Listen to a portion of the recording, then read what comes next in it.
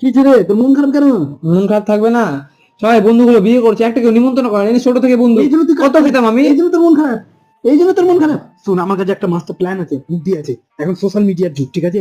আমরা একটা ভিডিও করব যে আমাদেরকে যদি কেউ নিমন্ত্রণ করে তো আমরা তাকে একটা বাইক গিফট করব, ঠিক আছে? 2-3টা লেগ পিস খাওয়ার জন্য বাইক দিয়ে দিবো আমি।